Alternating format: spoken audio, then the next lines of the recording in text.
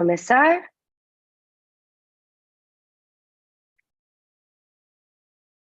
Sim? Ok. Então, bom dia.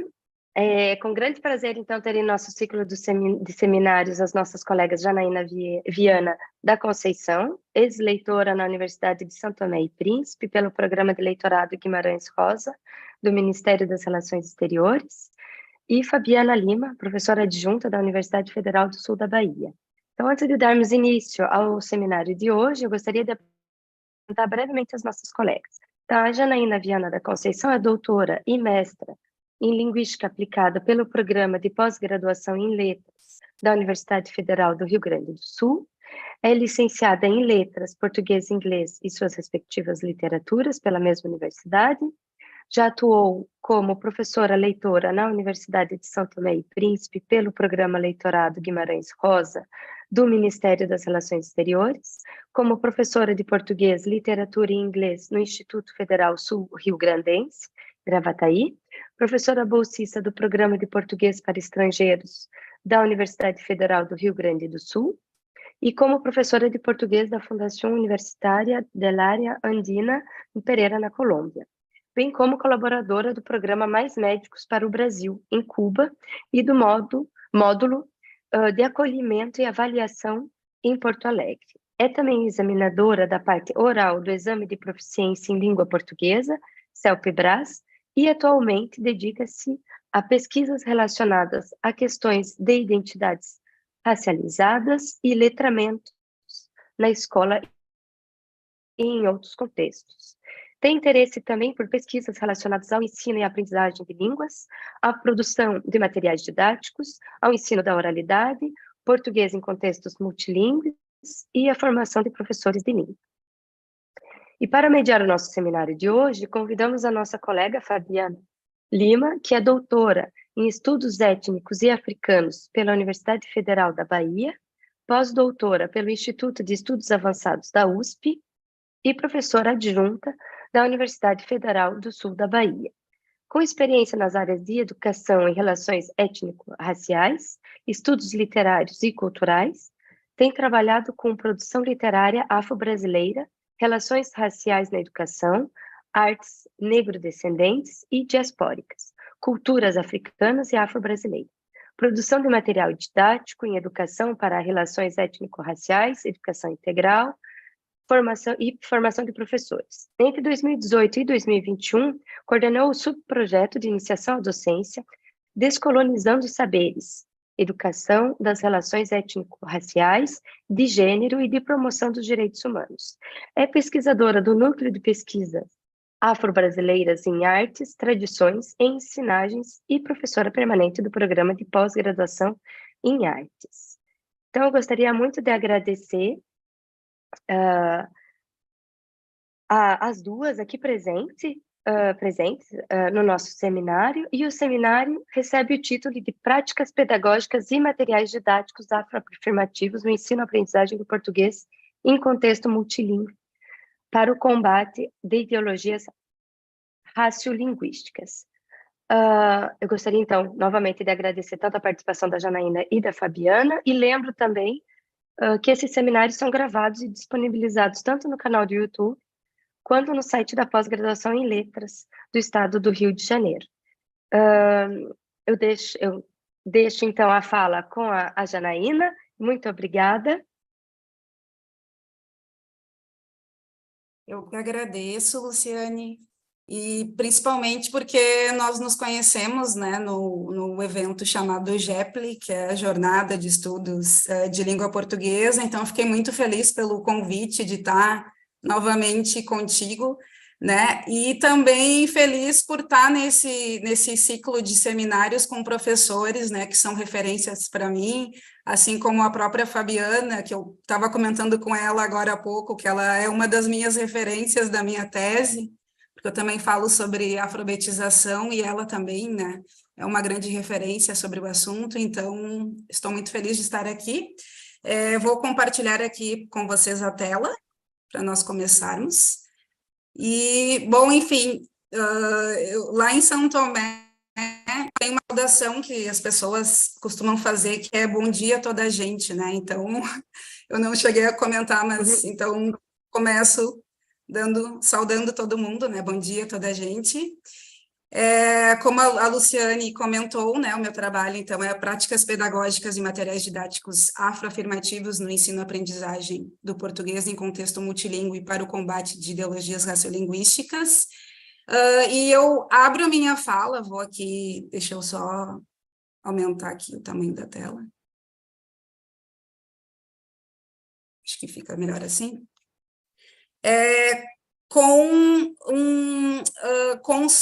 Falando sobre, trazendo um trecho do Sum Domingo, Sum em forro, que é uma das línguas de São Tomé e Príncipe, significa senhor, né?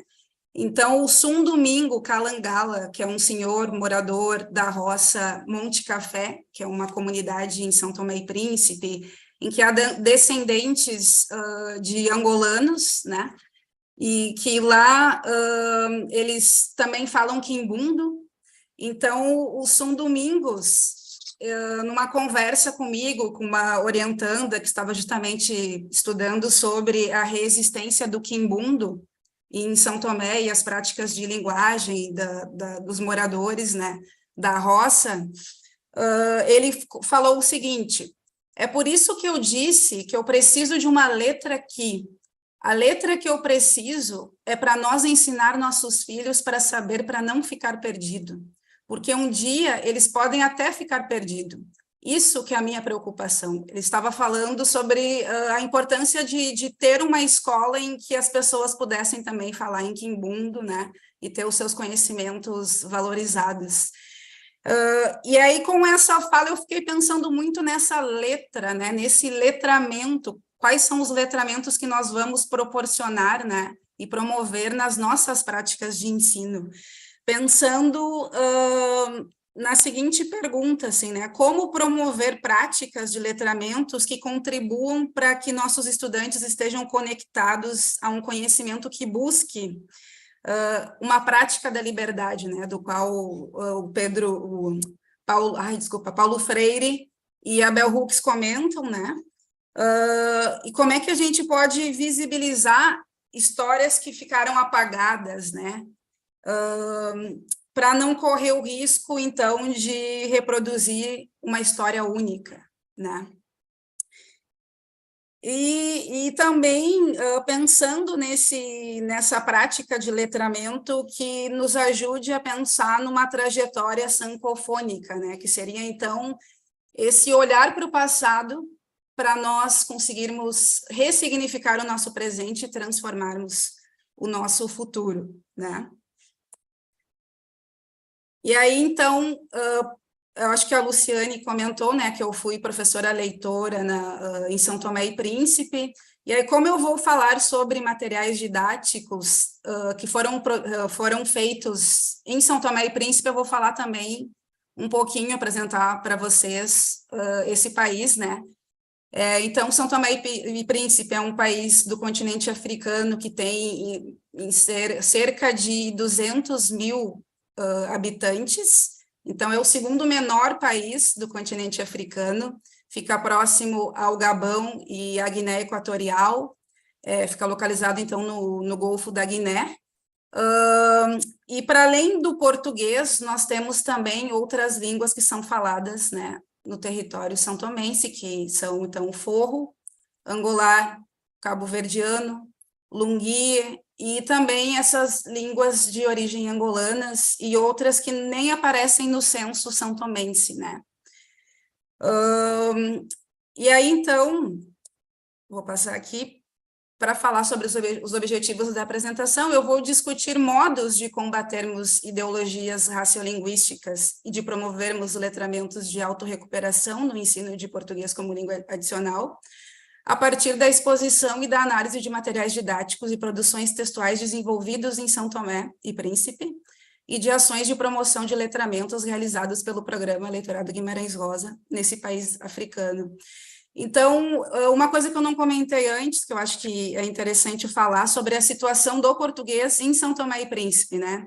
porque nós podemos pensar, o português é uma língua materna, uma língua adicional, uma língua estrangeira, é uma língua pluricêntrica, é uma língua, enfim, intercultural. Então, são diversas denominações que já tentaram fazer, né, para pensar na situação do português em São Tomé e Príncipe, mas essas categorias não dão conta da diversidade da situação do português, porque, embora o português seja a língua oficial em São Tomé e Príncipe, há muitas pessoas que não consideram o português como a sua língua, porque não se sentem identificadas, né? Alguns alunos meus fizeram entrevistas com pessoas santomenses que disseram, nós não falamos bem português porque nós somos santomenses.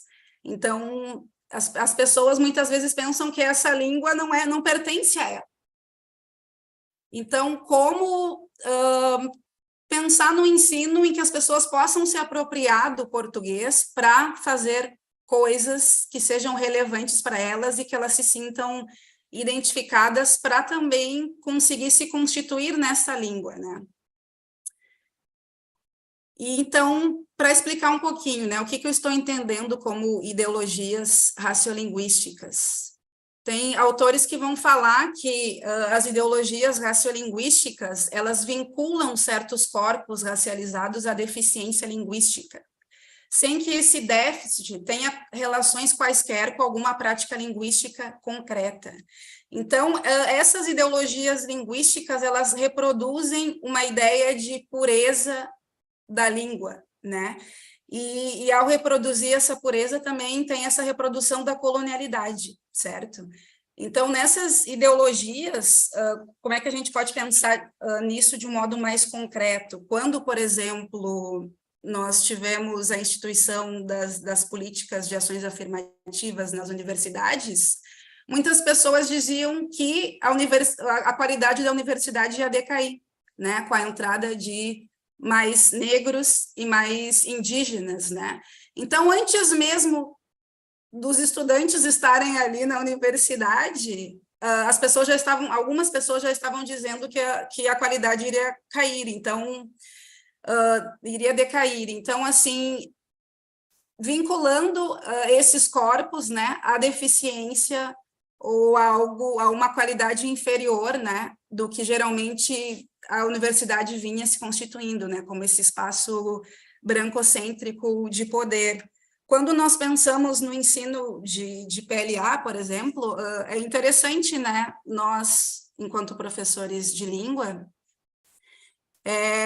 refletirmos sobre como que nós reproduzimos essas ideologias nas nossas práticas de ensino, né? Então, um exemplo que eu poderia dar é que, por exemplo, se eu tenho um aluno que vai fazer o teste, o certificado, né, o CELPE-BRAS, e um aluno que é hispano-falante, que ele usa a palavra ginásio para falar de academia, eu digo, não, esse aluno não é avançado porque ele está usando ginásio ou está usando outros termos que não é do português, mas, por exemplo, em São Tomé e Príncipe, as pessoas falam ginásio para se referir à academia, assim como em Portugal. Então, isso é ou não é português, né?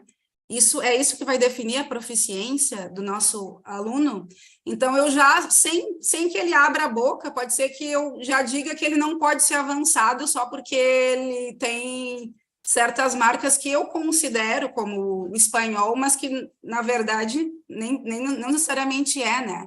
E como que nos testes de proficiência e nas práticas de ensino há esse predomínio pelas ideologias monolíngues, né? Então, considerando esses aspectos, né, também ainda trago outro conceito de autorrecuperação. A Bell Hooks vai dizer, no meu pensamento, eu conectava inúmeras vezes a autorrecuperação como todo esforço do oprimido, do dominado, para desenvolver consciência daquelas forças que exploram e oprimem, com os esforços de educar para uma consciência crítica, para resistência efetiva e significativa, para fazer a transformação revolucionária. Então, quando eu penso nessa promoção dos letramentos de autorrecuperação, eu estou falando, então, dessa promoção de práticas letradas, e não somente, né, mas também letradas que dizem respeito a essa tomada de consciência, né? A essa reconstituição de si e da sua realidade, enfim, dessas forças que oprimem, né? E aí, considerando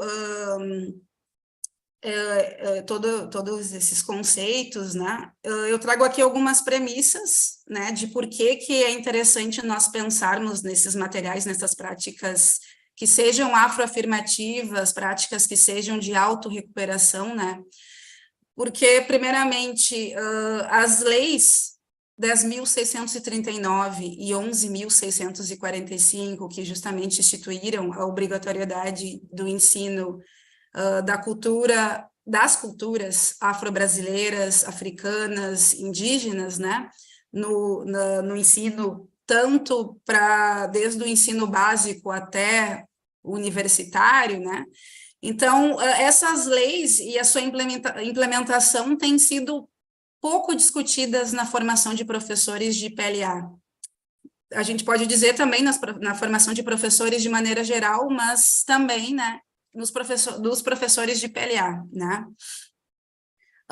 A Mello vai dizer que nesses espaços de formação de língua, né, muitas vezes o foco está nos métodos de ensino, nas teorias de aprendizagem, nos gêneros textuais, sem que muitas vezes se pense, né, em como que nós vamos lidar com alunos e corpos racializados e generificados, né, que são ignorados em muitos casos para não se perder esse foco do ensino de línguas, porque há ainda muito forte, acho que cada vez menos, mas ainda há muitos resquícios, né, dessa tradição estruturalista de dissociar o corpo da língua, né, da linguagem, sendo que é impossível nós dissociarmos, né, a língua e corpo, a linguagem e o corpo. Então, nós precisamos pensar sobre isso nesse ensino de PLA.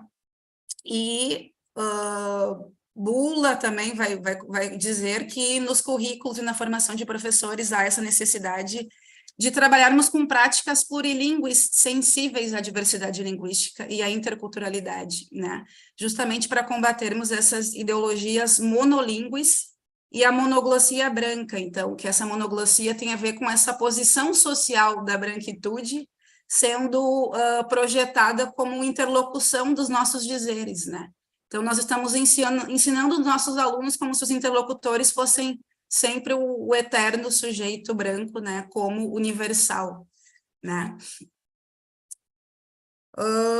Então, pensando como nós vamos discutir os materiais didáticos, né, é importante considerarmos que esses materiais, eles trazem concepções ideológicas de linguagem, de aprendizagem, né, e que orientam muitas vezes o que deve ser ensinado, né, e como que as representatividades linguísticas, étnicas e culturais, elas vão aparecer, né, no nosso ensino.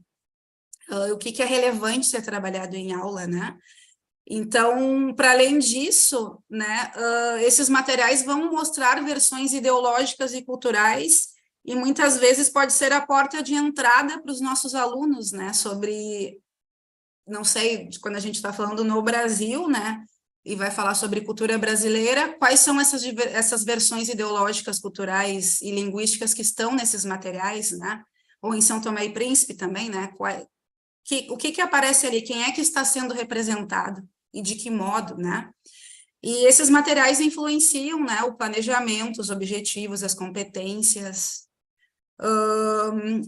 Então, em 2016, né, ao produzir uma dissertação que fala sobre materiais didáticos que são voltados para a oralidade, né, eu criei alguns princípios que acredito que não sejam, esse aqui, pelo menos, especificamente, não é só para a oralidade, que pode ser pensado também para a escrita ou para outras coisas que estamos ensinando, mas, assim, abranger a diversidade na escolha de representações de grupos e de discursos, bem como promover uma mediação cultural. Deveria ser, então, um princípio para pensarmos na adaptação, seleção, criação, né, na elaboração de materiais didáticos. Então, algumas perguntas que talvez nos ajudem quando estamos pensando nessa seleção, criação, adaptação.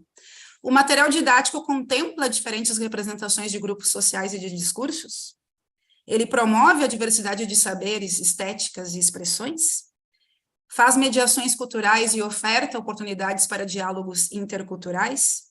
Ele apresenta diversidade de saberes, sotaques e modos de dizer? E tem reflexões sobre esses aspectos? E quando nós pensamos, então, nessas representações dos grupos sociais que estão nos nossos materiais, quando nós pensamos nesses grupos da maioria minorizada, né? Quando que eles aparecem nos materiais? Sobre o que eles falam, né?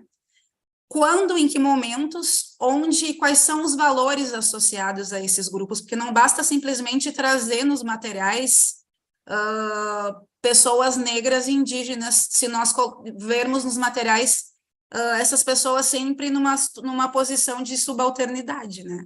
Então, não é só trazer, mas como que essas pessoas aparecem. E outra, elas são referências também, elas são autoras dos textos que aparecem nos nossos materiais, né? Então, quais são as representações de mundo que eu trago nesse material? Quais são as representações de Brasil, de África, de Europa, enfim, né? Então, dependendo do contexto em que nós estamos, nós precisamos pensar sobre isso. E aí eu trago aqui um exemplo de material, né, pelo menos uma tarefa pedagógica desse livro, que se chama Projetos Biografias, que foi um livro elaborado por mim, pela professora Gabriela da Silva Bula, que é da URGS, e da professora Caroline Schauer Neves, que é professora leitora agora na Universidade de Cape Town, na África do Sul, da cidade do Cabo. Então, aqui eu trago esse material só para mostrar como a semioticidade é importante, né? Esses aspectos semióticos são importantes para também mostrar a nossa posicionalidade, né? Então, só pela capa nós já vemos diversos grupos, né, sendo representados. Aqui nessa tarefa, por exemplo, que fala sobre gostos e preferências para o nível básico 1, nós temos aqui, né, diferentes pessoas em situações diversas, né, mas, por exemplo, aqui uma cadeirante fazendo atividade física e participando, provavelmente, de uma competição, né. Então, uma pergunta interessante que eu acho que nós podemos fazer é se as imagens que eu trago nas minhas tarefas, elas naturalizam ou desnaturalizam estereótipos, preconceitos, racismo, machismo, heteronormatividade, né? Porque, como eu falei, né, então aqui nós temos pessoas negras, aqui eu vou mostrar também o outro trecho, em diferentes atividades de lazer, então não fazendo, talvez como muitas pessoas podem pensar, fazendo trabalhos domésticos ou trabalhos braçais, né? Então, assim, é importante que nós tragamos diferentes representações e também mostrar que as pessoas estão fazendo diferentes coisas, né? Que são coisas legais, né? Então, ali, por exemplo, na imagem L, nós temos um pai lendo para um filho, né? Então, não é uma atividade somente da mulher, tem ali também uma mulher negra jogando futebol, né? Então, não, o esporte não é, e principalmente o futebol não é só para homem. Enfim, então, acho que, eu acho que é interessante também vermos que aqui eu não estou falando, não estou trazendo o racismo, homofobia como tópico para o ensino, né? Eu estou falando sobre gostos e preferências, mas eu mostro as minhas posicionalidades pelas imagens também, né? Pelo discurso semiótico presente no livro, no material. Então, quando a gente traz algumas questões, né, que foram discutidas antes para o ensino da língua portuguesa em São Tomé e Príncipe, nós vemos que há uma relação complexa e de tensionamento entre diferentes normas do português e das outras línguas faladas no país, e isso está também em muitos discursos frequentes, mesmo no ambiente acadêmico, quando as pessoas dizem que as línguas nacionais, elas interferem no ensino de língua portuguesa, que quem fala outras línguas depois não consegue falar bem português, e que isso traz desvios, né? A fala das pessoas apresenta um desvio, que essas outras línguas contaminam o português que é falado, né? Então, há ainda esse discurso monolíngue muito presente, inclusive na independência em que a elite optou pelo português como língua oficial e não ensinou os filhos a falar o forro e outras línguas nacionais, porque achava justamente que os filhos não iriam saber falar português bem, né? Então, esse falar bem, entre aspas, porque é um falar bem que é tendo como modelo um sujeito branco, né, de Portugal, né? Então, há esse reforço ainda pelo purismo linguístico, né, e o português europeu ainda é um modelo a ser seguido. A Jéssica Bandeira, que é uma professora são-tomense, ela fez uma análise de livros didáticos são-tomenses, na verdade, livros que foram feitos no exterior, em Portugal, mas que são usados em São Tomé e Príncipe, e ela vai dizer que a variedade padrão do português europeu é o foco desse ensino, né? E que se ignora as vivências culturais e linguísticas de São Tomé, né? E aí, justamente porque também, por serem livros que são elaborados no exterior, né? Que muitas vezes não conhecem muito o contexto linguístico de São Tomé e Príncipe para pensar em como promover um ensino de língua portuguesa que pense na realidade santomense, né? E nessas diferentes normas que são usadas em São Tomé, nos diferentes autores, né? Em diferentes gêneros do discurso. Então, aqui eu vou apresentar um livro, pelo menos algumas tarefas pedagógicas do livro Sebenon, que na língua forro significa nosso saber, né? Então, é um livro voltado para a educação de jovens e adultos, e esse livro faz parte de uma política linguística entre a AlfaSol, que é uma organização de alfabetização solidária, que justamente é uma organização não governamental brasileira, tá? Que justamente vem trabalhando para combater o analfabetismo, né? E então, em parceria com o governo são-tomense e a Agência Brasileira de Cooperação, que é um órgão do Ministério das Relações Exteriores do Brasil. Então, nós tivemos muitos professores, inclusive a professora Cláudia Volvio, a professora Ana Lúcia Souza, né, que foram para São Tomé também para participar desse projeto. Então, nós tivemos diferentes profissionais brasileiros que foram também contribuir para a elaboração do livro, né? Não sei como é que se deu muito bem essa elaboração, mas talvez eu acho que elas mais supervisionaram essa elaboração e mais contribuíram para que os próprios professores são-tomenses criassem esse livro. E aí, então, neste livro, nós temos 3 módulos: comunidade litoral, comunidade rural e comunidade urbana, com 10 unidades didáticas. As ilhas de São Tomé e Príncipe, a pesca, a história do litoral, comunidade rural, agricultura, alimentação, saúde, história da zona rural, o país e atividades econômicas. Então, nós vemos que é um livro que ele é muito inspirado em Paulo Freire, porque traz temáticas e elementos culturais que estão presentes na vida das pessoas de São Tomé e Príncipe, pensando nesse público, né? Então, que são jovens e adultos que estão aprendendo a ler, né? Que estão passando pelo processo de alfabetização, e que vivem em zonas rurais, em zonas litorâneas, né? Ou pode ser também em comunidades urbanas, mas, assim, realmente é um livro que ele tem um diferencial em relação a outros que eu já vi em São Tomé e Príncipe, por ter essa preocupação de trazer o que realmente o que está na vida das pessoas, né? Traz a experiência das pessoas para o livro.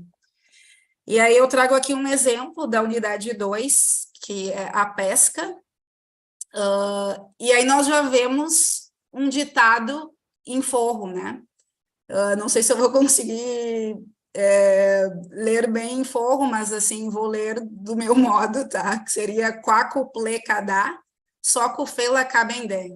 Então, o que o pescador conseguir, a peixeira vende. E aí nós temos as imagens, né, de realmente um pescador, ali temos ali a canoa, não sei se vocês conseguem mandar para ver na imagem, e algo também que eu acho interessante de dizer é que em São Tomé e Príncipe, as vendedoras de peixes, elas são chamadas de palaiês. Então, talvez esse termo peixeira, a meu ver, não é bem o termo adequado, porque as palaiês, elas são figuras muito importantes em São Tomé e Príncipe, sabe? Então, eu acho que seria interessante colocar o nome Palaiê, porque realmente é assim que as pessoas se referem às vendedoras de peixes em São Tomé e Príncipe, né? Então, nós vemos já elementos culturais muito fortes ali nessa imagem, né? Dessa bacia com os peixes, né? Na cabeça ali daquela senhora. E temos ali um menino atrás, assim, porque então essa imagem é muito presente em São Tomé e Príncipe, sabe? Então, se nós vamos na rua, a gente consegue ver muitas mulheres andando com seus filhos e com bacias na cabeça. Nós vemos também, bom, enfim, né? Como estamos numa ilha, então é muito comum ver também as canoas, assim, né? Na beira da praia, então é bem interessante que o livro apresente também, né, isso. E aí nós temos essa tarefa, que é a conversa na sala de aula, o que você vê na gravura, se as pessoas conhecem outras que se dedicam a atividades como essas, quais são os materiais usados nessas atividades, outras atividades que as pessoas fazem para ganhar a vida. Então, tem essa preocupação em que as pessoas falem sobre a sua própria realidade, né? E como é que elas veem essa atividade, né? E o que é feito, enfim, como é que é a relação delas com a pesca, enfim.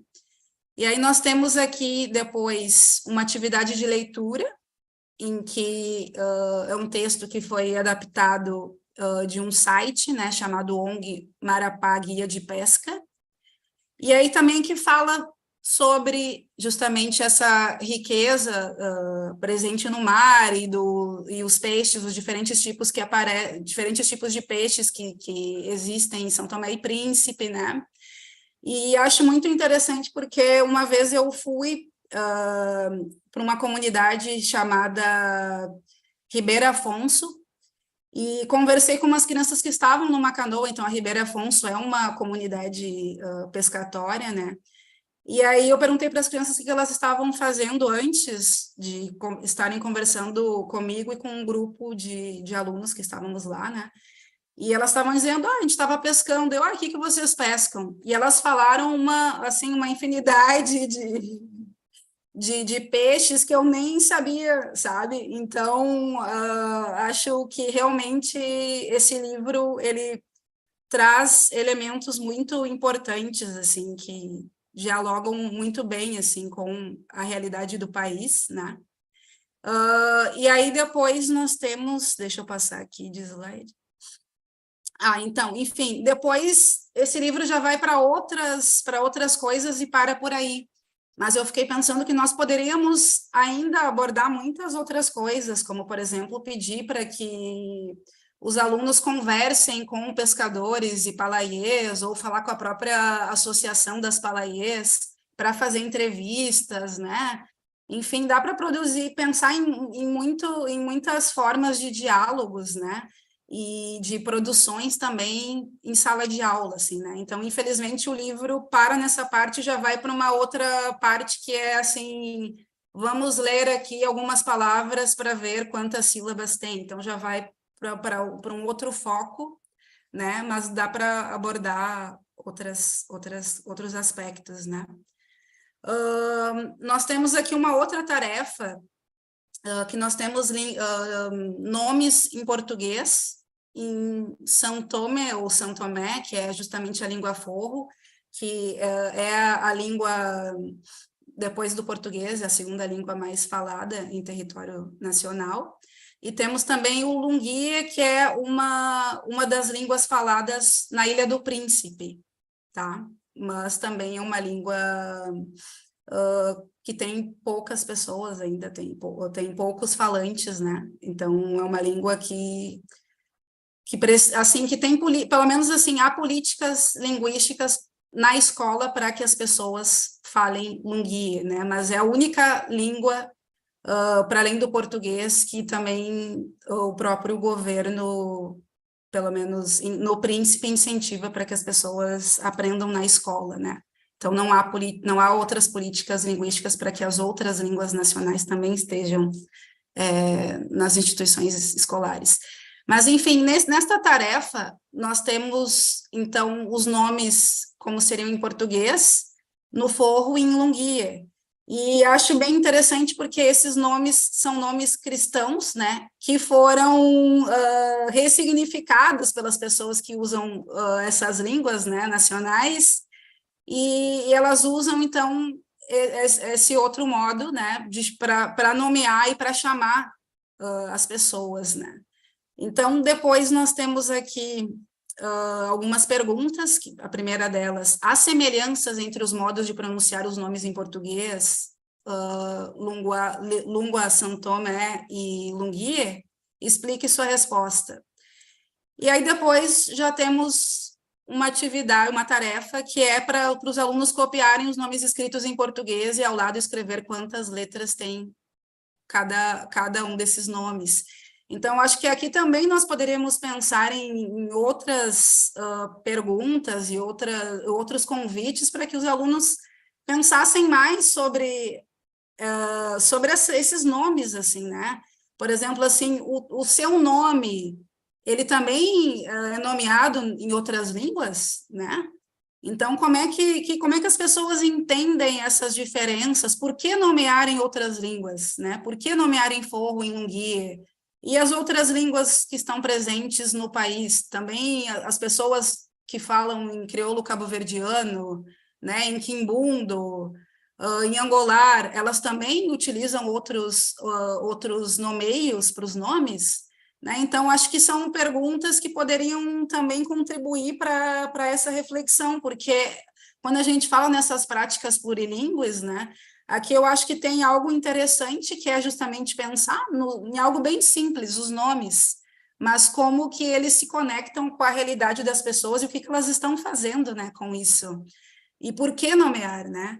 Então, acho que são perguntas que poderiam potencializar esse material, assim, que já traz, eu acho que pistas interessantes para pensarmos no ensino, assim, né, mas que poderiam ser melhor potencializados. E aí, então, aqui eu trago um material que foi realizado pelos estudantes da disciplina de prática pedagógica do curso de língua portuguesa da Universidade de São Tomé e Príncipe, sob a minha supervisão e também da professora Beatriz Afonso. Então, nós duas éramos as professoras desses estudantes, né? E eu fiz algumas adaptações que depois eu vou comentar em relação a essas tarefas que eu apresento, tá?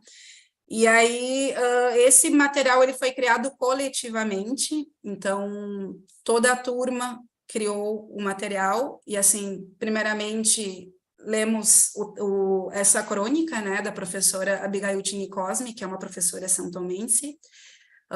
Então, essa crônica que foi também publicada num site São Tomense, então Somos Todos Primos, também quem quiser visitar e ver mais notícias sobre São Tomé, pode também depois acessar esse site. E aí, então, esse material, então, os alunos leram o texto sobre tarefas que poderiam fazer a partir da leitura do texto, e aí depois, em conjunto, nós fomos discutindo o que seria mais interessante a partir das ideias dos grupos, né? O que seria interessante, então, para criarmos a partir do texto. Então, aqui eu tenho só um trecho da crônica para vocês verem um pouquinho sobre o que está falando, né? Então, traz uma reflexão sobre que língua é essa, São Tomé, do português São Tomé, que nós estamos falando, né? Ou como é que se coloca esse português dentro de um cenário mundial, né? De comemoração ao dia 5 de maio. Então, se a língua nos representa, as características que ela descreve não menos nos definem. Nós, por cá, apreciamos muito os lugares de boca livre, de comer afabal e com bastante fulmento. Mas se por acaso te caírem de mal, por causa desse teu mau hábito, é bem feito, você que procurou. Estima-se que a língua portuguesa seja hoje a língua de mais de 280 milhões de falantes. Baste embora a língua. Então, por que temos nós tanto esquinde em assumi-la como nossa? Por que tanta animosidade em relação às suas, nossas particularidades? E aí o texto vai trazendo em negrito várias expressões e palavras que são usadas no português são-tomense, né? E aí, então, eu trago aqui um exemplo de tarefa para os alunos, depois de várias outras de pré-aquecimento, então, de pré-leitura, de trabalhar com gênero, né? Enfim, de inúmeras tarefas nós temos aqui. Retorna ao texto para responder as seguintes perguntas. Em seguida, discute-as com a turma. Quais são as informações apresentadas no texto sobre a língua portuguesa? Quais outras informações sobre a língua portuguesa gostarias de compartilhar? E aí nós temos aqui alguns trechos que são apresentados no material, na verdade, no texto da professora Abigail Tini, na crônica. E no primeiro trecho ela diz assim: importa agora refletir sobre que língua é esta, que português é este que hoje nós santomenses celebramos, que português é este que por vezes nos define, por vezes nos oprime, mas que tantas vezes nos faz um bom. Então, na versão que os alunos criaram, era assim, digamos, para que os estudantes, assim, esse material foi criado pensando em alunos do 7º ano, tá? Eu esqueci de dizer sobre isso do público. Mas, assim, era só, digamos, diga a sua opinião sobre esses trechos. E aí eu pensei que seria mais interessante nós especificarmos algumas partes que são interessantes para refletirmos, né? Então, quais são as situações, então, em que situações em que te sentes definido pela língua portuguesa? E em quais situações, né, tu te sentes oprimido pela língua portuguesa, né? Então, se nós formos pensar, na verdade, não é a língua em si que oprime, né, mas o que é feito dela. E aí depois, no trecho 2, nós temos: no entanto, esta língua, outrora do outro, percorreu novos caminhos, novos cheiros e novas cores em cada funcá-funcá onde é falada. Então, o funcá-funcá são esses lugares escondidos, assim, esses vilarejos, né? E aí, então, a questão é: quem é esse outro referido pela autora, que não é citado, mas está ali, né? E aí parece, talvez, que está tudo naturalizado, que a língua percorreu esses caminhos, né, onde ela é falada, mas então é interessante nós pensarmos, né, como que a língua portuguesa chegou a outros funcás, e como é que foi esse processo. Então, assim, gente, é só um exemplo de tarefa. Depois disso, também tem outras para que os alunos façam entrevistas com pessoas da comunidade para falar sobre as línguas que falam e a relação delas com o português. E aí, para o final, os alunos, nós, né, toda a turma, discutimos que seria interessante que os alunos criassem uma crônica a partir dessas entrevistas e de apresentações que eles fariam, né, para falar sobre esse português da comunidade e como é que eles fariam a sua crônica para falar sobre a relação deles com o português e as línguas que circulam pelo país. Mas aí, então, eu também pensei que seria interessante que eles tivessem outras opções de tarefas, como, por exemplo, tirar fotos de paisagens, de pessoas, de lugares que eles achem que seria interessante para pensar sobre a relação das pessoas com a língua, com as línguas, né, que circulam no país, e aí, de repente, fazer uma exposição. Enfim, são inúmeras possibilidades de produções que poderiam ser feitas, né? Mas, então, o que acontece nessa disciplina de prática pedagógica, né? Os alunos não tinham a prática de criar crônicas, né? Então, como pedir para que os alunos criem crônicas sem que os próprios professores não escrevam crônicas, né? Então, durante o semestre de 2022, 2023, nós lemos crônicas deste livro da Luanda Tolentino, que é Outra Educação é Possível. Então, feminismo, antirracismo e inclusão em sala de aula. E também lemos crônicas de escola, que é um material que foi criado, deixa eu ver onde é que eu só tenho que confirmar aqui para não falar nenhuma bobagem. Foi criado por um professor, que é deixa eu ver se está aqui, o Marcos Scheffel, da Universidade Federal do Rio de Janeiro, né? Então, ele e os próprios alunos produziram crônicas, então, alunos do curso de licenciatura em Português e Literatura da Universidade Federal do Rio de Janeiro, eles criaram, então, crônicas que falam sobre reflexões que eles podem fazer a partir da sua prática como graduandos, né, ou como professores de ensino de língua portuguesa e de literatura na escola. Então, nós tínhamos 4 horas de aula, né, para essa disciplina de prática pedagógica. Então, nos primeiros 20 minutos, nós líamos uma crônica desses livros e discutíamos, então, questões que eram apresentadas no texto, né, nessa crônica lida do dia. E aí também pensando não só no conteúdo, né, nessas discussões mais teóricas sobre o ensino de língua, mas também na própria composição da crônica, né, de argumentos que eram trazidos e como se faz uma crônica, então tudo isso para que os alunos pudessem depois criar as suas próprias crônicas, para nós fazermos um livro que iria depois, então, para professores da rede de São Tomé. Então, essas crônicas já estão feitas, mas agora precisamos, então, desse outro movimento que é fazer o livro, né? Então, temos que ver ainda se será interesse do Instituto Guimarães Rosa fazer o lançamento do livro ou não, ou ver possibilidades de publicação desses textos, né? Mas, então, aqui eu trago 2 exemplos. Como é que eu estou de tempo, Luciane? Eu não estou cuidando, então eu não sei como é que eu estou. Seria interessante a gente ter uns 30 minutos de discussão com a Fabiana, então não sei se você conseguiria terminar lá por 11h30, seria possível? E eu não sei se a Fabiana também tem tempo até meio-dia, pode ser, Fabiana? Sim, obrigada. Tá bom, obrigada, Luciane. Então, aqui nós temos uma crônica do aluno Edilson Fernandes. É um aluno que ele é do Príncipe. Então, no Príncipe, para além do Lunguia, também é falado cabo-verdiano, né? E, então, ele fala português, cabo-verdiano, Lunguia. E aí é interessante que essa crônica, ela vai falar sobre questões que nos oprimem, né? Como a colonialidade, ela está presente também nas práticas de ensino, né? Em sala de aula. Então, a crônica é essa, a desigualdade faz a gente se calar, eu não vou ler tudo, mas só dizer que nessa crônica ele fala que na experiência dele de ensino, ele teve uma professora que dividia os alunos em filas, que era a fila dos burros, do normal e dos bons. E que na fila dos burros ficavam os alunos cabo-verdianos porque eles não estavam aprendendo a falar português, né?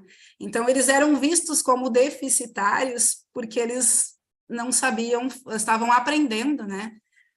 O português, e porque essa língua que eles traziam, e pelo grupo étnico, né, do qual eles pertenciam, então eles eram discriminados, né, na escola por isso.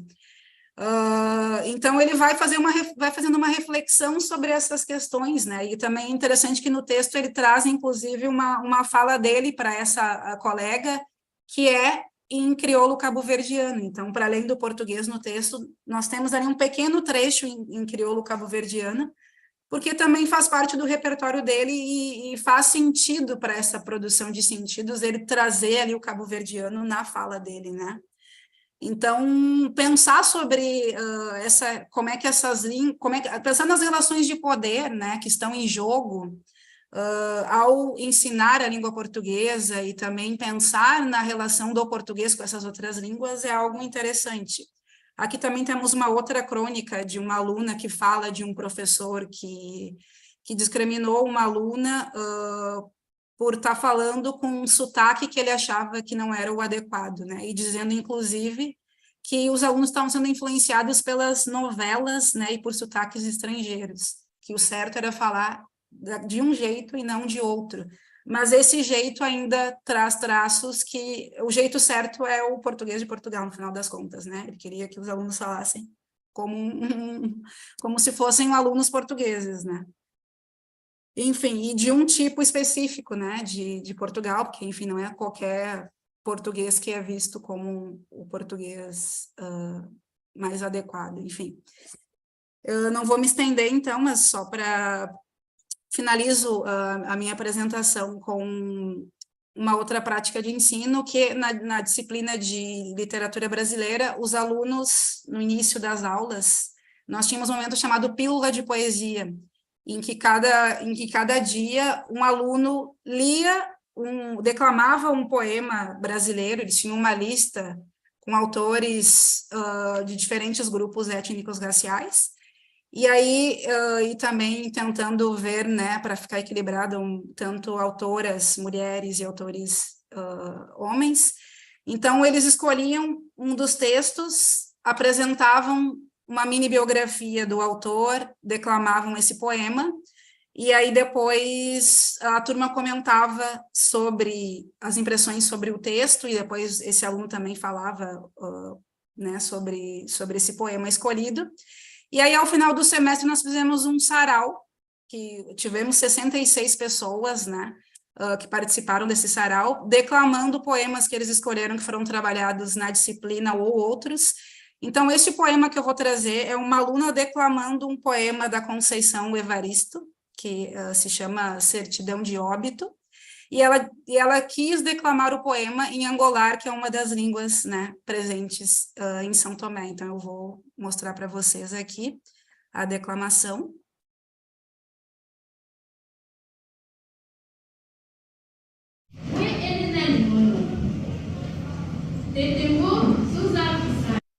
Opa! Peraí.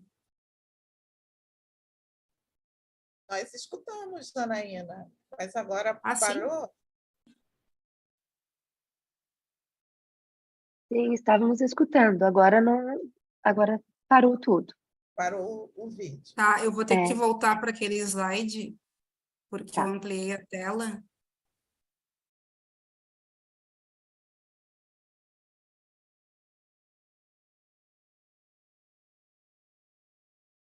Sim.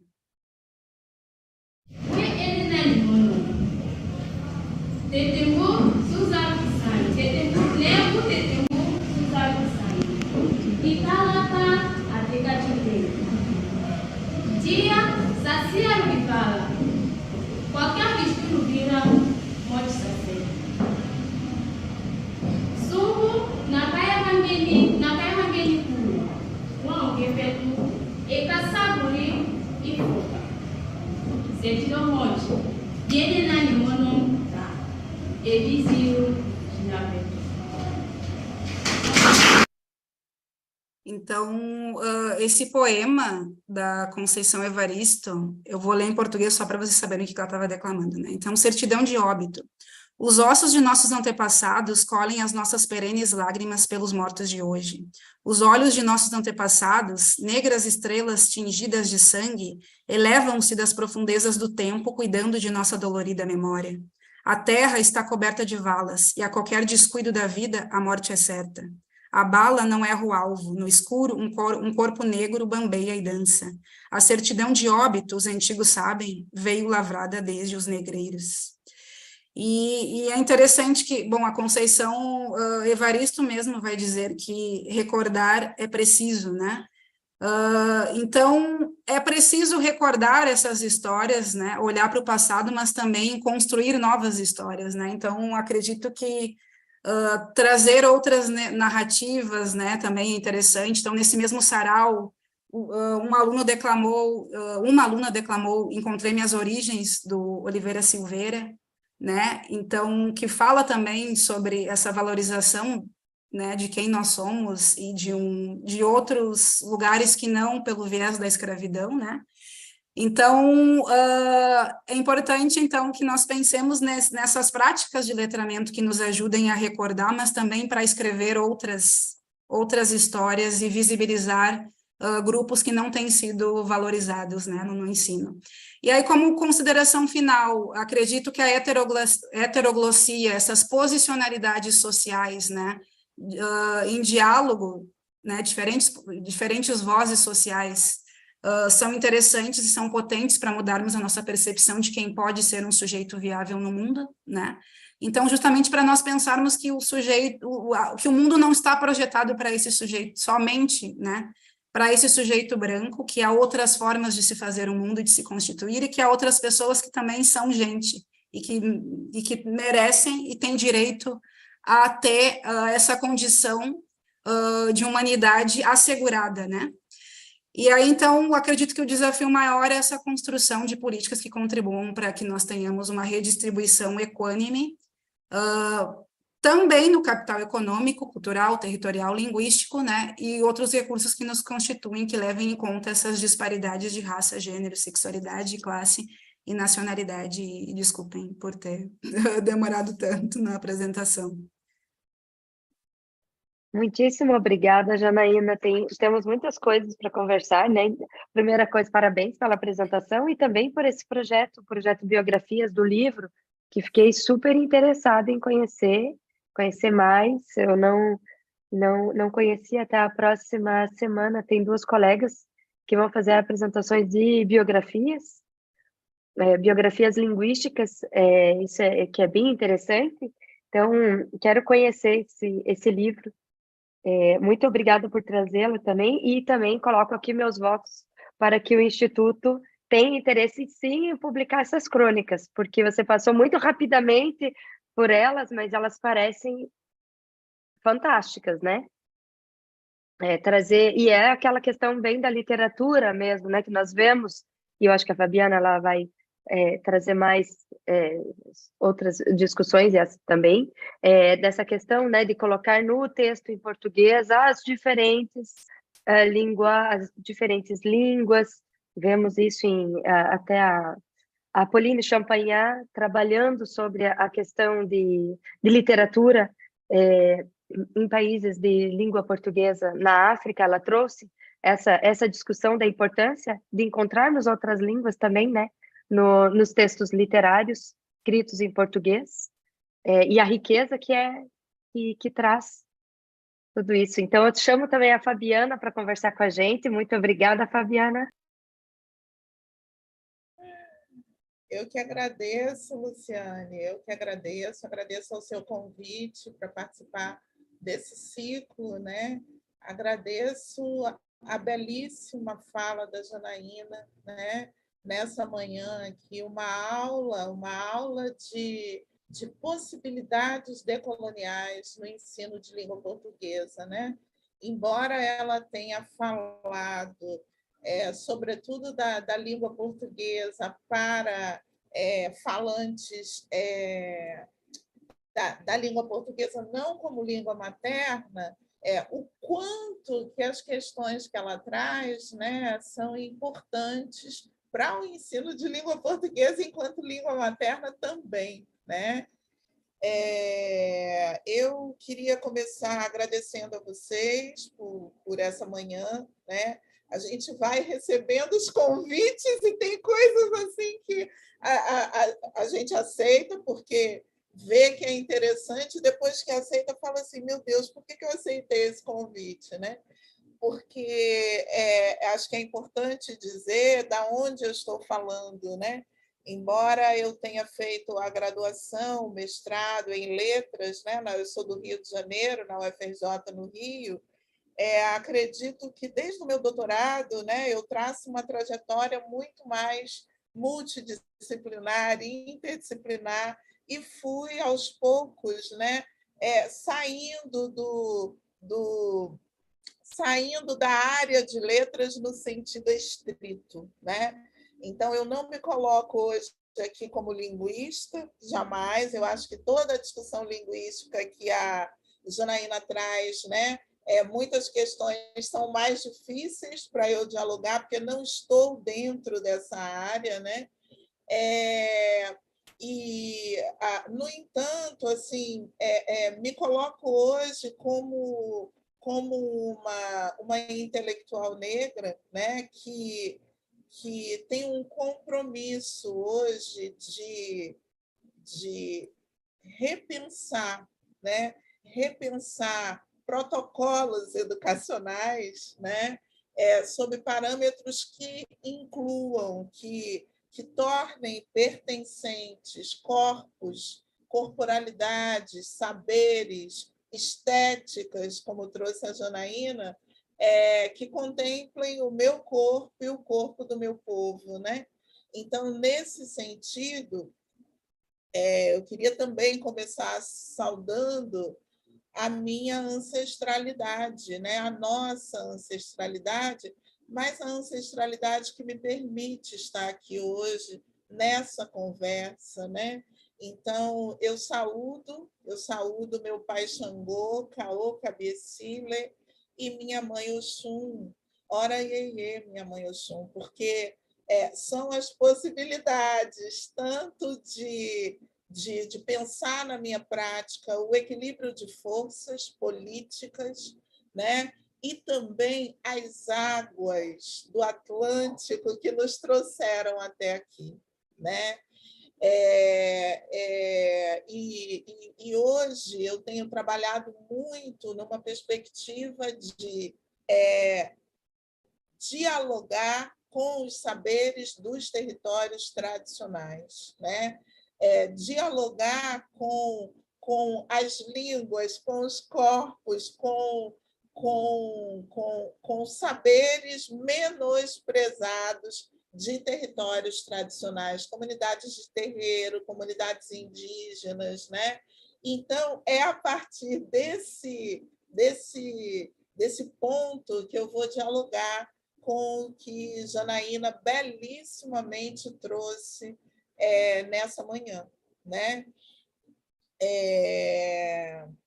Eu acho que toda a discussão que ela traz, né, sobre o território multilingüe de São Tomé, né, traz também uma série de reflexões, né, sobre o monolinguismo como uma estratégia colonial, como uma das marcas da nossa colonialidade, né? É possível ver isso nos territórios são-tomenses e é possível ver isso nos nossos territórios brasileiros, né? Como que um país continental como o Brasil, né, ele se constrói como falante único de língua portuguesa, né? Transformando, como bem trouxe Janaína, em ideologia, uma das maiores mentiras que não são comprovadas, né, pelas fontes históricas, sejam elas orais ou escritas, né? Já que vivemos também em territórios plurimultilinguísticos, né, multilingües, né? Seja pensando nos diversos grupos sociais e étnico-raciais que temos, seja pensando nas línguas, nas outras línguas que não a portuguesa, né? Como que nós passamos incólume o nosso sistema educacional inteiro sem conhecer minimamente a diversidade de línguas indígenas que temos no território brasileiro, a diversidade de línguas africanas que temos no território brasileiro. Isso é de uma violência colonial que, enquanto civilização, nós ainda não demos conta, né? E me parece que a pesquisa da Janaína ela traz possibilidades para a gente repensar os protocolos do ensino de língua, mas também os protocolos do sistema educacional brasileiro, para que a gente possa enfrentar as marcas da nossa colonialidade, as marcas da colonialidade na nossa história social, né? E é nesse sentido que essa manhã eu aprendi demais sobre essas estratégias, como bem traz Janaína, de autorrecuperação, de retomada de si, né? Da nossa retomada e da articulação, da possibilidade de articulação discursiva, de articulação de voz, né? Porque quando ela traz esse belíssimo vídeo final, né, com uma jovem estudante são-tomense trazendo o poema da Conceição para a língua dela, significa que essa jovem estudante são-tomense se reapropria dela, se reapropria da língua dela, se reapropria do seu corpo e se reapropria do seu território, né? Isso é muita coisa, né? Isso vai muito na linha de uma educação para o sensível, que Muniz Sodré traz muito, né? De uma educação para o sensível que desloca, que realoca, que descoloniza os nossos corpos e os nossos territórios, né? Em que medida nós vamos tornar no sistema educacional brasileiro, da educação infantil ao ensino superior, em que medida nós vamos tornar estruturantes práticas como a que a Janaína traz, reflexões teórico-metodológicas como a que a Janaína trouxe essa manhã, né? O tempo urge, né? O tempo urge. Eu acabei de escrever, e aí é só no momento, né? Eu iniciei dizendo que às vezes a gente aceita, não sabe por que aceitou. Eu falei, depois que eu aceitei, eu falei, gente, eu não sou linguista, eu não trabalho com português como língua não materna, eu não sei por que eu aceitei, mas aqui a gente entende, né? A gente entende. Eu acabei de escrever um artigo para um livro falando sobre os 20 anos da Lei 10.639, possibilidades decoloniais na área de linguagens, uma escrevivência, né? Trazendo toda a minha prática profissional para refletir sobre esses 20 anos da lei. E a Janaína traz as leis, né, tanto a 10.000 quanto a 11.000 também, como importantes nesse processo, mas também como uma necessidade de aprofundamento. O nosso sistema educacional ainda não deu conta das questões que essa legislação traz, né? O nosso sistema educacional ainda não deu conta de repensar os protocolos pedagógicos a partir de saberes não ocidentais europeus, né? O nosso sistema educacional ele ainda é de base ocidental europeia, ele ainda se estrutura a partir de protocolos ocidentais europeus, né? E quando faremos essa virada metodológica? Eu acho que a pesquisa da Janaína ela traz esses questionamentos, essas reflexões, né? E é nesse sentido que eu vou trazer aqui alguns questionamentos e Janaína dialoga comigo, Luciane também, se quiser, como quiser, né? Fiquei pensando aqui, Janaína, a partir do que você trouxe, né? O que define a proficiência do estudante estrangeiro de língua portuguesa, sobretudo em países africanos, sobretudo em países, e quase todos são, né, com uma história plurilinguista, né?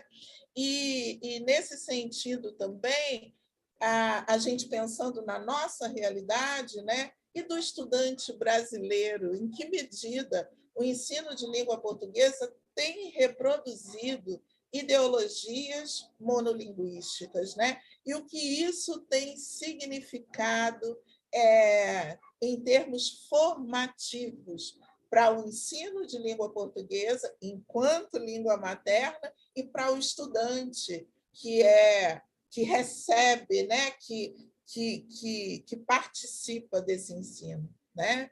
Também fiquei pensando, diante das suas colocações, né?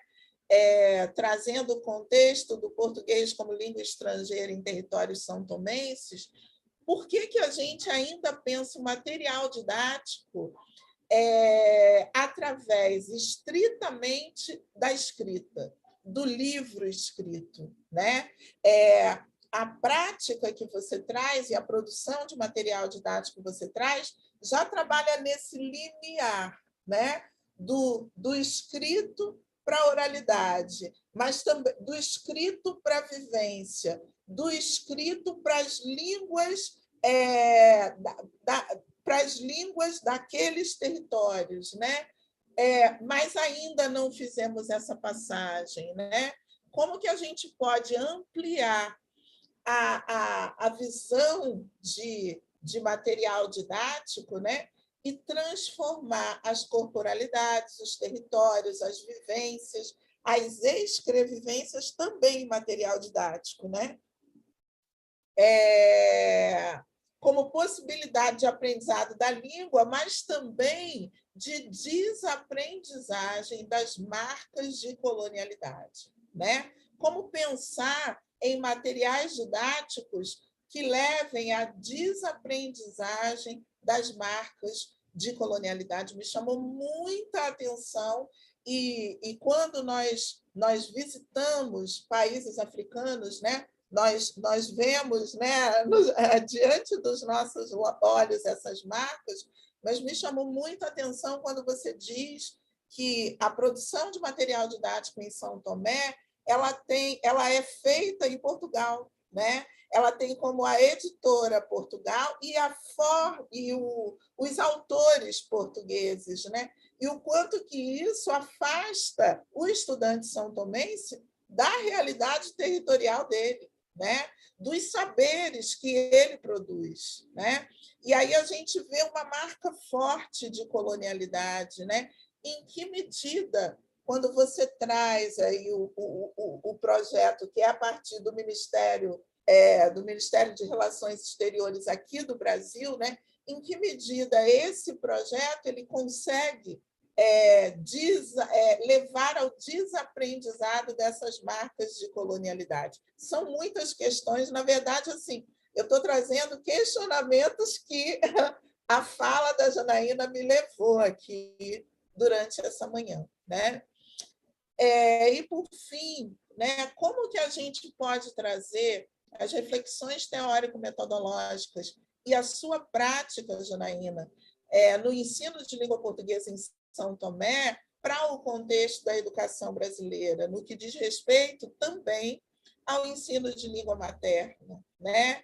Você trouxe a interculturalidade, eu gosto muito de utilizar o termo pluriepistemicidade, né? Porque, para além da cultura, o que queremos inaugurar de novo no sistema educacional é trazer possibilidades epistêmicas para além dos centros europeus, né? Para além dos eurocentrismos, né? Então, o que a pluriepistemicidade trazida na sua prática pode contribuir para a gente repensar o ensino de língua portuguesa, seja repensar o ensino de língua portuguesa para estrangeiros ou repensar o ensino de língua portuguesa para o falante de língua portuguesa, né? E uma curiosidade, você falou da importância das palaiês, né? Na cultura são-tomense, né? Fiquei curiosa, queria entender mais o papel delas, por que são centrais e estruturantes. tive a oportunidade de visitar Moçambique e Angola, né?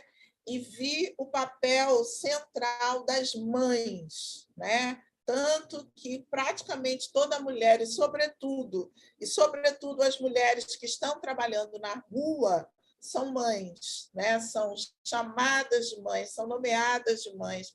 Queria entender aí o papel das palaiês, por que elas são estruturantes e se tem alguma relação com essa maternidade, diríamos assim, afroancestral.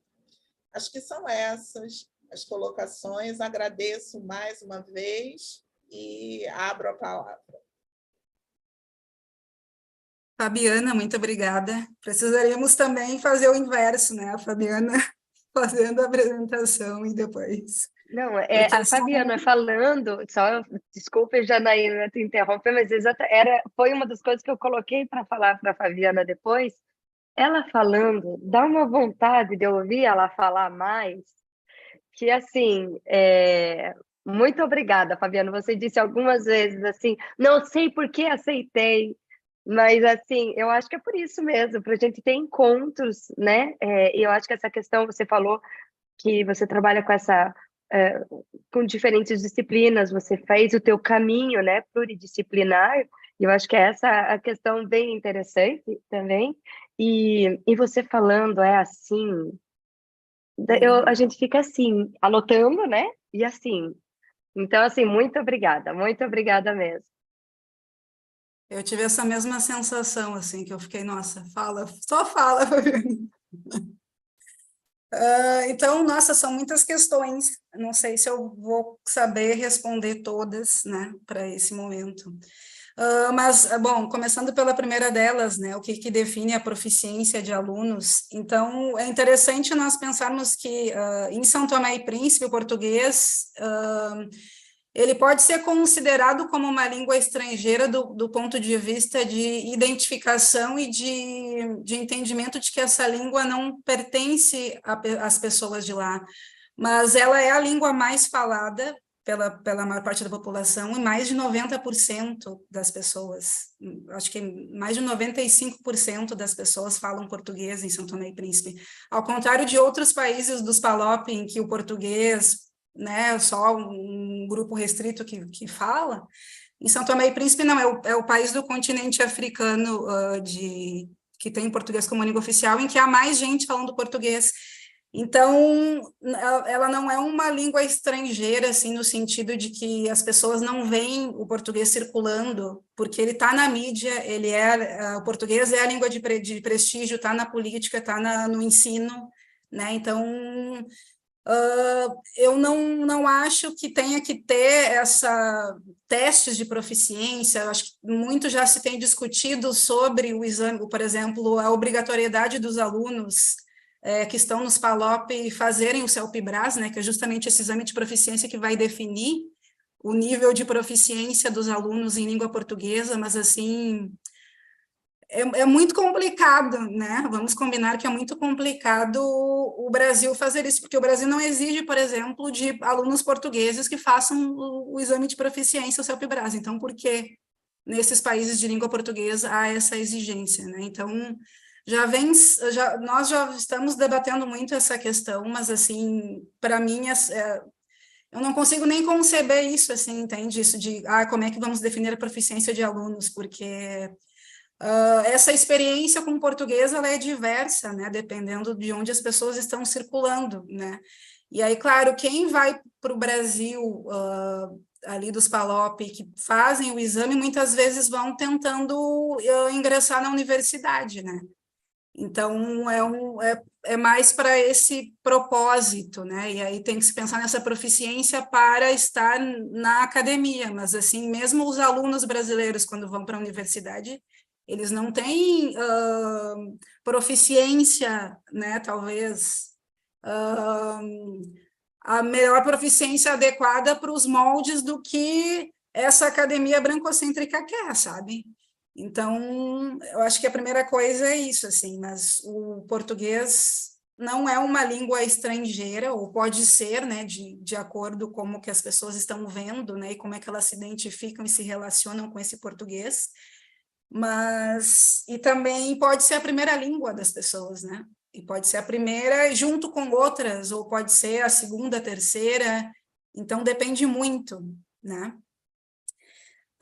Sobre a questão dessa reprodução das ideologias monolíngues, né, no Brasil.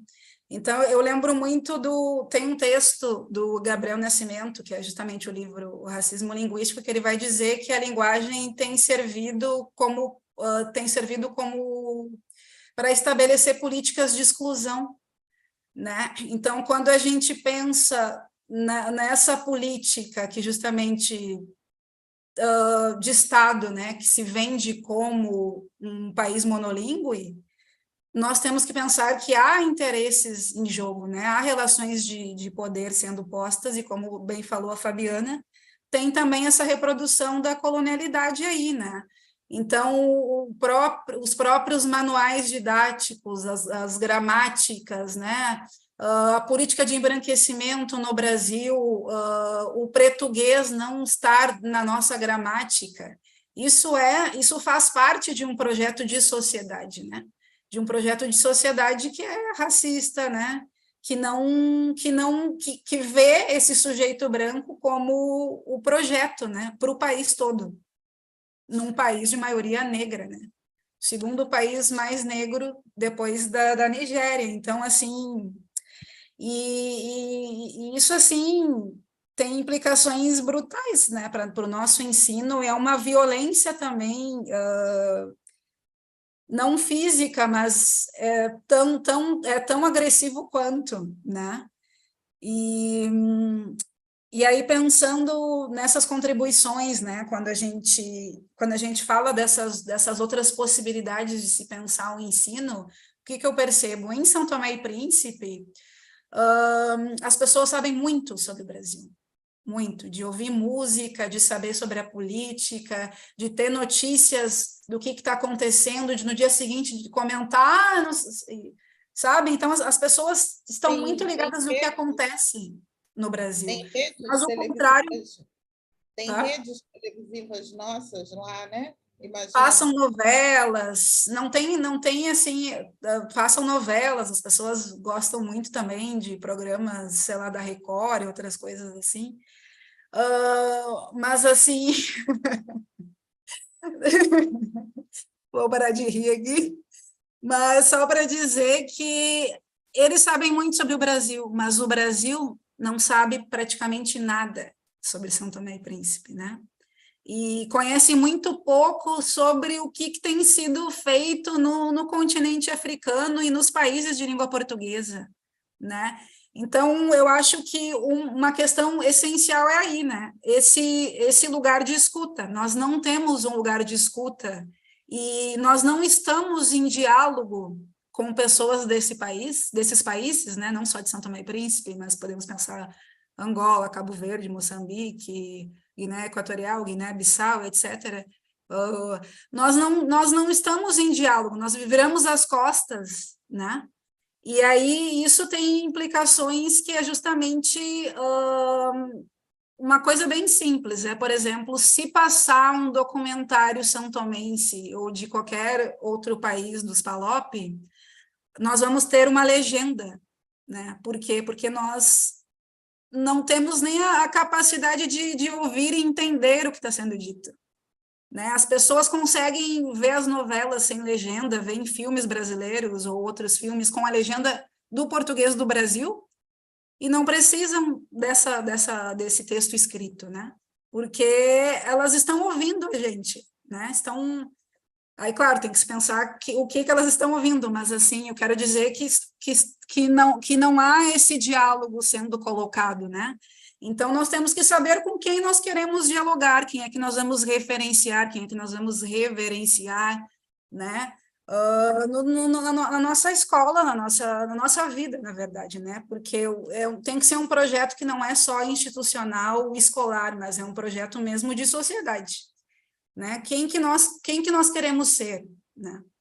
Queremos ser esse sujeito branco ou queremos outras possibilidades de ser pessoa, né? A questão dos materiais didáticos, né? Realmente nós vivemos numa sociedade que é muito grafocêntrica, né? Então, realmente nós precisamos pensar e ter mais formações para trabalhar de outros modos, né, com esses materiais. Eu acho que sim, mas vejo também que o livro didático não precisa ser a única referência e nem precisa ser, na verdade, né? A referência para se ensinar, porque, por exemplo, quando eu falo ali, mostrei alguns exemplos de materiais que foram criados, né? Essa criação dos materiais didáticos é também um modo dos alunos criarem autonomia de não dependerem desses materiais eurocêntricos, né? Mas também, claro, que eu acho que temos que pensar mais em formações, mesmo eu que estudei sobre gêneros orais, para o ensino de português como língua adicional e materiais didáticos voltados para a oralidade, eles estão ainda pautados, ainda muito no texto escrito, mas eu acho também que nós não precisamos trabalhar com essa dicotomia, assim, entre oralidade e escrita, né? A oralidade e a escrita, elas têm que aparecer nas práticas, sem que uma seja hierarquizada em relação à outra, porque as duas podem ser fundamentais para as participações que são almejadas no ensino de língua, né? Tanto de língua na escola, em outros contextos, né? Então, mas realmente eu acho que teríamos que pensar em materiais com outras constituições, né? De se criar para não ficar tão grafocêntrico, mas acredito que essa dicotomia ela não é necessária, assim, sabe? E claro que muitas vezes ela acontece, mas eu acho que no que a gente vem tentando propor, não é para ser assim. Oralidade e escrita deveriam estar ali de mãos dadas, né, para se fazer para participar, né, para estar ali. Deixa eu ver o que é mais. Essa questão também dessas epistemisticidades, né, para além do aspecto cultural, também acho que é bem importante. E as reflexões que a gente poderia trazer, então, para a educação brasileira, eu acho que tem a ver com isso, esse lugar de escuta, de estarmos em diálogo, né, e promovermos essa heteroglossia, que é de trazer essas diferentes vozes sociais. E também porque nós, como professores de língua portuguesa, nós muitas vezes se pensa esse ensino como é dever da escola ensinar o português padrão, né? O português da norma padrão. Eu acho que nós temos eu acho que já se tem feito muito progresso em relação a isso, pelo menos havia essa ideia, né, que esse português era o almejado, que nós deveríamos ampliar o repertório dos alunos para que eles pudessem, então, acessar esse português padrão. Mas, hoje em dia, já há muitas discussões, principalmente de uma perspectiva chamada raciolinguística, que vai ver essa relação entre linguagem e raça como fenômenos colonialmente constituídos, que eles vão dizer o que nós temos que lutar não é para ampliar os repertórios dos alunos para que eles atinjam essa norma padrão, nós temos que lutar para desmantelar as hierarquias raciais. E esse tem que ser o projeto, a partir dessas diferentes vozes, porque quando nós mudamos quem são essas vozes com quem nós estamos dialogando, nós também precisamos falar, escrever e participar de um outro jeito, né? Com novos modos reelaboradores de usar a linguagem. E aí esses novos modos vão ser diferentes do que a norma padrão diz, né? Então tem uma série de implicações aí que vão sendo feitas, né? A partir dessa consequência de nós não termos o sujeito branco como universal e como modelo, né? E a parte das palaiês, tem um mini documentário que dá para se vocês colocarem Histórias do Sul, palaiês, São Tomé e Príncipe, ali eu acho que tem uma palaiê comentando sobre a rotina dela e a vida dela, que eu acho que é bem interessante. E Fabiana, aqui em São Tomé, olha, eu aqui em São Tomé, eu ainda estou ainda em São Tomé e Príncipe. Lá em São Tomé e Príncipe, eu voltei recentemente, tá, gente? Voltei no mês de setembro, então ainda estou me situando. Mas lá em São Tomé e Príncipe, também esse papel das mães é muito importante. Tanto que eu não entendia no início, porque eu fui uma vez no supermercado e eu justamente eu vi uma palaiê num cartaz do supermercado e num outdoor. Uma palaiê e um pescador, que são coisas que são impensáveis aqui no Brasil, entende? Nós vermos num outdoor uma palaiê, então uma vendedora de peixe e um pescador como modelos da propaganda, né? E eu queria tirar foto desse cartaz, e aí o segurança me disse assim, a mãe não pode tirar foto, porque não dá para tirar foto. Eu recém tinha chegado, não tinha visto ali que era proibido tirar foto no supermercado, e eu fiquei assim, nossa, mãe, por quê? Né? Eu não entendia muito bem, né, por que ele estava me chamando de mãe, e vi que é algo bem comum.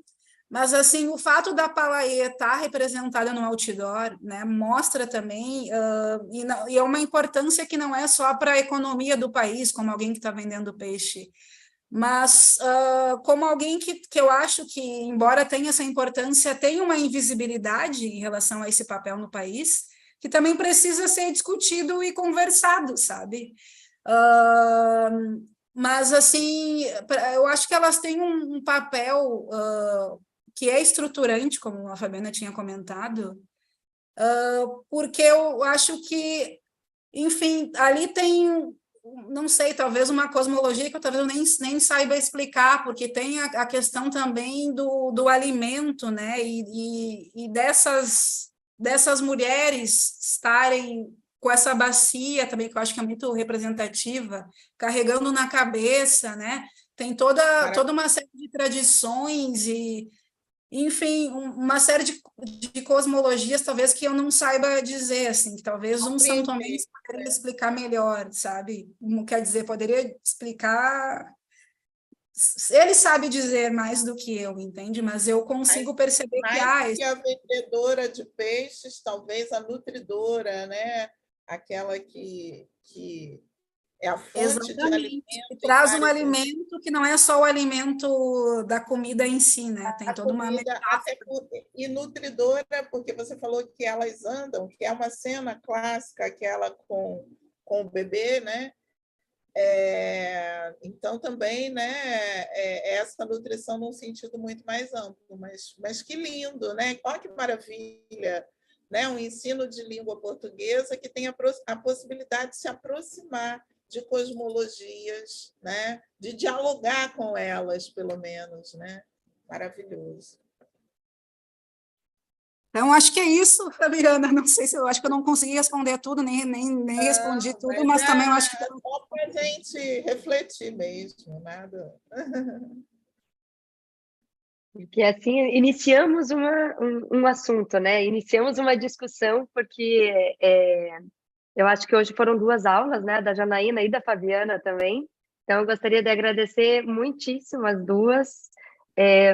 Continuaremos ainda muito em contato, porque eu acho que tem muita ainda coisa para se conversar, muita coisa para se tratar sobre todas essas diferentes temáticas, né? Porque todas essas diferentes questões foram trazidas nessa questão da língua portuguesa para os estrangeiros, mas, como bem disse a Fabiana, dá para se trazer também na língua materna e dá para se pensar também no nosso contexto brasileiro de como que nós ensinamos o português, língua estrangeira, no Brasil, né? Qual é o português que ensinamos, qual o Brasil que nós ensinamos. Então, tem muita discussão aí ainda para acontecer. Eu gostaria de agradecer mais uma vez a Janaína e a Fabiana, e até muito breve.